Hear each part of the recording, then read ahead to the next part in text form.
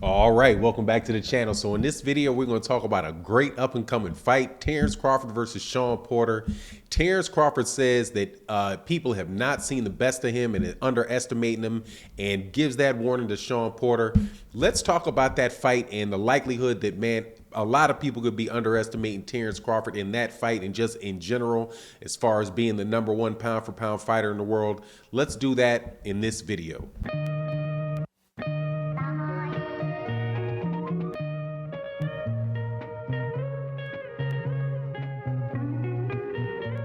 All right, welcome back to the channel. So we got a great fight with Shawn Porter and Terence Crawford coming up. I'm really excited about it. I had been pushing myself personally for the fight for a couple years, thinking that really this would be the matchup that would tell whether or not, Terence Crawford is really a top-notch, really a top-notch welterweight or not. It's a long time in the making, but, even the most grizzled, people that are set in their ways, have to admit that Terence Crawford, he may not have volunteered for it, but, he's in a situation now where he's fighting one of the best welterweights in the world. And when he gets done with this fight, we're going to know whether or not he really deserves to be the pound-for-pound fighter in the, the #1 pound-for-pound fighter in the world. There hasn't been a lot of talk between, Terence Crawford and Shawn Porter yet. Obviously, these guys are getting into training camps or whatever. But what Terence Crawford has said is that he believes that a lot of people are underestimating him. And that he thinks, he hasn't been able to he hasn't shown everything that he has in a boxing ring. And he believes that this, fight with with Shawn Porter is going to bring it out in him. And, I think that there's a significant chance for that. At least, I'm kind of hoping for that. I'm a little bit neutral on, who I want to win the fight. I like Terence Crawford a lot. I like Shawn Porter a lot. I really do think, though, that Terence Crawford is the better all-around fighter. And, in fact, I really think that he's probably the best all-around fighter in boxing. And I think that he deserves the #1 pound-for-pound slot in boxing based off, after this fight. Now, before this fight, I wasn't so sold. I was like, look, man, there's only so many years you can be in the welterweight division without you actually beating somebody in the welterweight division that is a significant fighter, because he hadn't done it to date. But now that he's in this fight, if he wins this fight, for me, I think he should, hands down, be the #1 pound-for-pound fighter in the world. I still think that he's the #2 welterweight behind Terence Crawford, behind Errol Spence Jr., because Errol Spence Jr. just really put in a lot of work at welterweight. But Terence Crawford will definitely deserve, the #1 pound-for-pound fighter in boxing if he does it. A lot of people have Canelo Alvarez there. I think Canelo Alvarez is an excellent fighter, but he's just, the guy used steroids, and that's just what it is. And for me, I can't give a guy credit for being the top guy in boxing when I know that he's cheating. And the media may do it. Boxing promoters may do it. Fighters may, when they're asked about it, may say Canelo, but all in all, man, I think if you're a fair, clean fighter, you should be considered for that. If you're not a clean fighter or have been a clean fighter your whole career, you shouldn't be considered that. But, as far as Terence Crawford goes, this is most definitely a big challenge for him. He says that he's going to be able to show things, that people haven't seen before. Like, and honestly, man, I don't think that there's any way that he wouldn't show more than people have seen, because, and this is, again, kind of taking a shot at his, the people that he's been fighting, but he has not had to show very much against Jeff Horn, against Jose Benavidez, Amir Khan, Kell Brook, and those guys. Egis Kalvanakis. He really hasn't had to, show, anything really to figure out. It's been in each one of those fights, it's pretty much gone the same way. Terence Crawford is figuring them out, has a slow first round, maybe a slow second round, gradually figures them out, and then, pours it on all of a sudden and gets the guy out of there.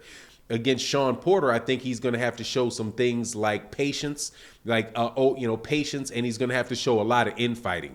Patience being that, it's going to take more than a couple rounds to figure out Shawn Porter, because Shawn Porter really does switch up what he does a good amount. For like a lot of years, Shawn Porter was known as somebody that would just come in, burn with his head, elbows, all elbows and head, and really was known as a bit of a dirty fighter.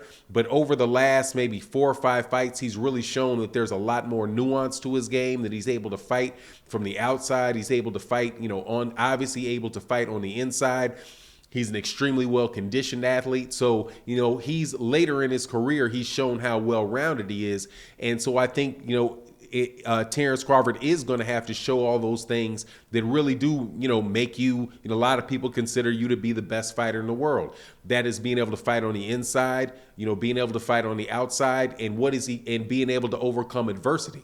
Now, so far for Terence Crawford, I have never seen Terence Crawford have to overcome any type of adversity in the ring. I've never really seen anybody give him over an extended amount of time, give him a lot of pushback over an extended amount of time in the fight. Like if you look at the Errol Spence Jr. fight with Shawn Porter, that was pretty much a war for about 12 rounds, where it really did take, people say that Errol Spence Jr. didn't perform that well in that particular fight, or that Shawn Porter did better, a lot better than people thought. But what Errol Spence Jr. did show was that he could actually go at that pace and, really grind it out for 12 rounds against a guy that was really fighting back and still getting the better of him. A lot of times, when you're fighting lower level competition, or you're just competing against lower level competition, you can afford to make mistakes, right? And your mistakes may not catch up to you. But when you're fighting a top level guy, your mistakes catch up to you, because they're looking for they're sizing you up and trying to figure you out the same way they are. I mean, and when you're fighting top-notch guys, just like the littlest thing can make a big difference, in the fights. And when I say that, I always look back to the Manny Pacquiao, Juan Manuel Marquez fights, when those guys were both very, very highly skilled, very high-level fighters, and there really wasn't very, very much room between them. But every time Juan Manuel Marquez made a mistake, Manny Pacquiao was there to capitalize on it. And the same thing with Manny Pacquiao. Every mistake he made, Juan Manuel Marquez was there to capitalize. So that's what I look forward to seeing with, Terence Crawford and Shawn Porter. But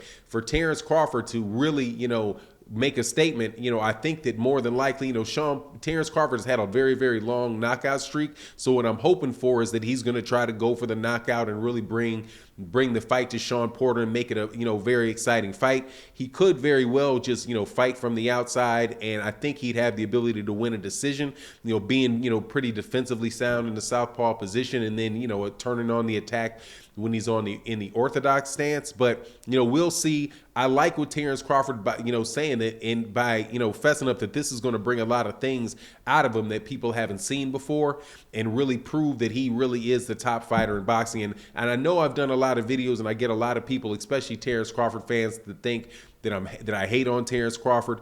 Honestly, I really don't, man. I like Terence Crawford, but it's just that he wasn't fighting anybody. But now that he is fighting somebody, I'm rooting for him.